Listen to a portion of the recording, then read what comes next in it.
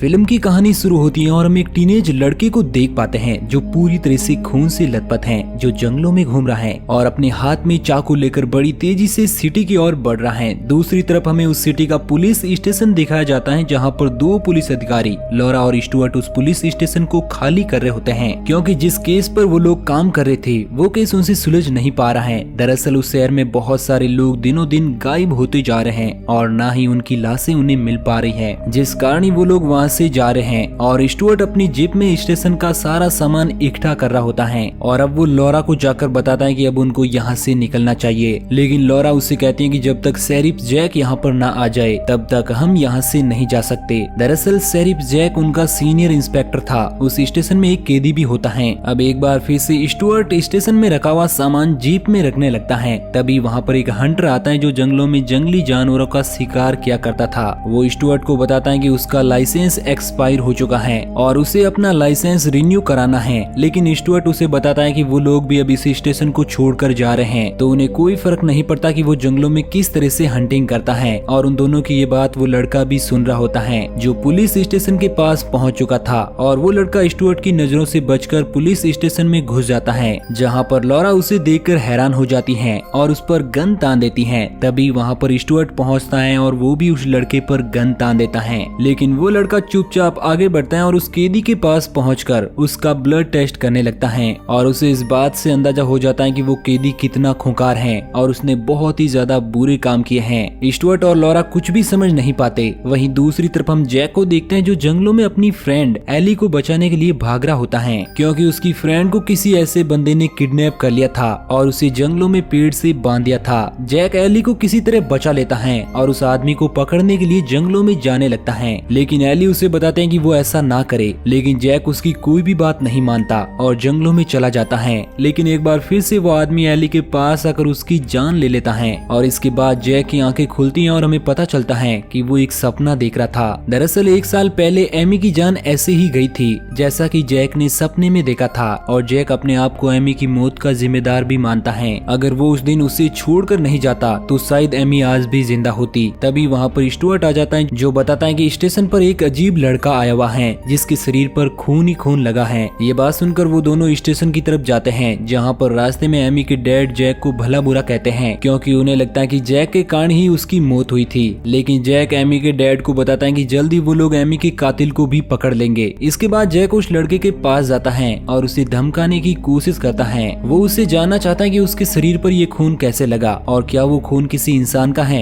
या फिर किसी जानवर का, लेकिन वो लड़का उसकी बात का कोई भी जवाब नहीं देता। अब जैक वहाँ से जाने लगता है, लेकिन तभी वो दरवाजे पर देखता है कि खून से कुछ लिखा हुआ है। वहाँ पर लिखा होता है नो वन लीव, इसका मतलब यहाँ से कोई भी नहीं जा सकता। ये सब देखकर जैक और लॉरा दोनों हैरान हो जाते हैं कि वो लड़का तो बंधा हुआ है, तो ये सब किसने लिखा। अब जैक स्टुअर्ट को डॉक्टर को कॉल लगाने के लिए कहता है और उस लड़के के शरीर पर लगे हुए खून की जांच करने को कहता है। वहीं दूसरी ओर हम डर्बी नाम की एक डॉक्टर को देखते हैं जो हेलन नाम की एक औरत के पास आई हुई है। दरअसल हेलन की बेटी और उसका पति शहर में बने एक डैम के कारण वे एक्सीडेंट में मारे जा चुके हैं और डर्बी हेलन की बेटी जेसिका की फ्रेंड थी जो उसके पास उसकी एक पुरानी फोटोग्राफ देने आई हुई थी। तभी उसे जैक का कॉल आता है जो उसे बताता है कि उसे एक लड़के के शरीर पर लगे हुए खून की जांच करनी है जिसके लिए स्टुअर्ट को वो डर्बी के पास भेज रहा है। स्टुअर्ट भी उस लड़के के शरीर पर लगे ब्लड की सैंपल को लेकर डर्बी के पास पहुंचता है। डर्बी जब उस सैंपल को जांचती है तो उसे पता चलता है कि वो सैंपल एक से ज्यादा लोगों का है और वो इंसानों के ही है। ये सुनकर स्टुअर्ट भी बहुत ज्यादा हैरान हो जाता है। तभी वहाँ पर वही हंटर आ जाता है जो डर्बी को बहुत ही बुरी नजर से देखता है। वहीं दूसरी ओर हम जैक को देख पाते हैं जो इन्वेस्टिगेशन के लिए जंगल में गया हुआ है और वो उसी जंगल में पहुँचता है जहाँ पर एमी की मौत हुई थी। वहीं हम दूसरी ओर उस लड़के को देख पाते हैं जिसके शरीर में बहुत सारा ब्लड निकल रहा था और वो लड़का अपनी पावर से जैक को भी देख पा रहा था और उस लड़के का ब्लड जैक के शरीर पर गिरने लगता है जिससे जैक को एक बार फिर से एमी का वही सपना आता है। उसमें वो देखता है कि किस तरह एमी मारी गई थी। इस बात से वो बहुत ज्यादा डिस्टर्ब हो जाता है। तभी उसे वही कातिल नजर आता है जिसने एमी को मारा था। जैक उस कातिल को मारने ही वाला होता है, लेकिन तभी वो कातिल उस जंगल में गायब हो जाता है। वहीं दूसरी ओर स्टुअर्ट जब उस लड़के के फिंगरप्रिंट्स लेने जाता है तो उस लड़के का ब्लड स्टुअर्ट की बॉडी को टच करता है जिससे उसे एक विजन आता है जिसमें स्टुअर्ट को पता चलता है कि जिस कैदी को उन्होंने कैद किया हुआ है वो कितना खतरनाक आदमी है और उसने कितने ज्यादा मर्डर और किए हैं। उस विजन को देखते ही स्टुअर्ट स्टुअर्ट बौखला जाता है और उसे उसके ऊपर बहुत ज्यादा गुस्सा आता है और इसी बीच वो उस कैदी को मार देता है। तभी वहाँ पर जैक भी आ जाता है जो स्टुअर्ट से पूछता है कि उसने ऐसा क्यों किया। स्टुअर्ट उसे बताता है कि वो कैदी कितना खतरनाक था और उसे जीने का कोई भी हक नहीं था। और तभी कंप्यूटर में उस लड़के के फिंगरप्रिंट्स 6 लोगों से मैच करते हैं, जिसे देखकर जैक और उसके साथी हैरान हो जाते हैं कि आखिर ऐसा कैसे हो सकता है। और वो 6 लोग कोई और नहीं बल्कि शहर से ही गायब हुए वो लोग थे और उनमें एक एमी भी होती है जो कि मारी जा चुकी थी। इन सब से लॉरा बहुत ज्यादा परेशान होती है और FBI एजेंट रसल को कॉल लगाकर उस केस की सारी पेचीदा बातें बताती हैं, जिस पर रसल उसे बताता है कि वो लड़का बहुत ही ज्यादा खतरनाक है क्योंकि वो लोग उस लड़के से पहले भी डील कर चुके हैं। वहीं दूसरी ओर जैक उस लड़के के पास जाकर एक बार फिर उसे धमकाने की कोशिश करता है, लेकिन इस बार लॉरा वहाँ पर आकर उसे रोकती है और उसे बताते हैं कि वो लड़का कितना ज्यादा खतरनाक है और उन्हें उस लड़के से दूरी बनाकर रखनी चाहिए। वहीं स्टुअर्ट सारे विक्टिम की फोटो को काट कर एक नई फोटो बनाता है और ये फोटो किसी और की नहीं बल्कि उसी लड़के की होती है, जिसे देखकर वो लोग हैरान हो जाते हैं। तभी उस लड़के के कमरे में एमी की आवाज आती है। दरअसल उस लड़के के अंदर से ही एमी की आवाजें आ रही थी और उस लड़के के अंदर से निकला हुआ ब्लड जैक टच कर लेता है, जिसके बाद जैक को एक विजन आता है जिसमें उसे पता चलता है कि गायब हुए लोगों को किस तरह उस कातिल ने मार दिया था। और अब जैक को लगता है कि शायद सारे मारे गए लोगों की आत्मा उस लड़के के अंदर आ चुकी है और वो उस कातिल को पकड़ने के लिए उस लड़के को जरिया बना रहे हैं। और इसी बीच जैक बेहोश हो जाता है और जब उसे होश आता है तो उसे वहाँ पर वो लड़का नजर नहीं आता। वहीं दूसरी ओर हम डॉक्टर डार्वी को देखते हैं जिस पर वही कातिल अटैक कर देता है और उसे घसीट कर वहाँ से ले जाता है। इधर हम उसी लड़के को देखते हैं जो पुलिस स्टेशन से फरार हो चुका है और हाईवे पर आकर एक बड़ी सी ट्रक के सामने खड़ा हो जाता है, जिससे वो ट्रक उसके ऊपर चढ़ जाता है और एक एक्सीडेंट हो जाता है। लॉरा और जैक मौके पर पहुंचते हैं जहां पर वो ट्रक ड्राइवर से उस घटना के बारे में पूछते हैं और जैक ड्राइवर को ट्रक स्टार्ट करने को कहता है, लेकिन उस लड़के का खून ट्रक के इंजन में पहुंच जाता है जिस कारण वो ट्रक स्टार्ट नहीं होता। और अब उस लड़के का खून ट्रक के स्टार्टर पर भी आ जाता है जिस कारण उस ड्राइवर की आंखों में भी खून आने लगता है और इसे देखकर जैक पूरी तरह डर जाता है। वहीं दूसरी ओर हम डार्वी को बंधा हुआ देखते हैं जो जोर जोर से चिल्ला रही होती है। तभी वहाँ पर वही हंटर आ जाता है जो उसे वहाँ पर नेकट बंधा हुआ पाकर बहुत खुश होता है और तभी वो कातिल पीछे से आकर उस हंटर को मार गिराता है। वहीं दूसरी ओर अब उस लड़के का खून उस ट्रक से निकलकर जंगलों की तरफ जाने लगता है और वो लॉरा की कार में आ जाता है और इस दौरान लॉरा अपनी कार में एक खून से सना हुआ हाथ देखती है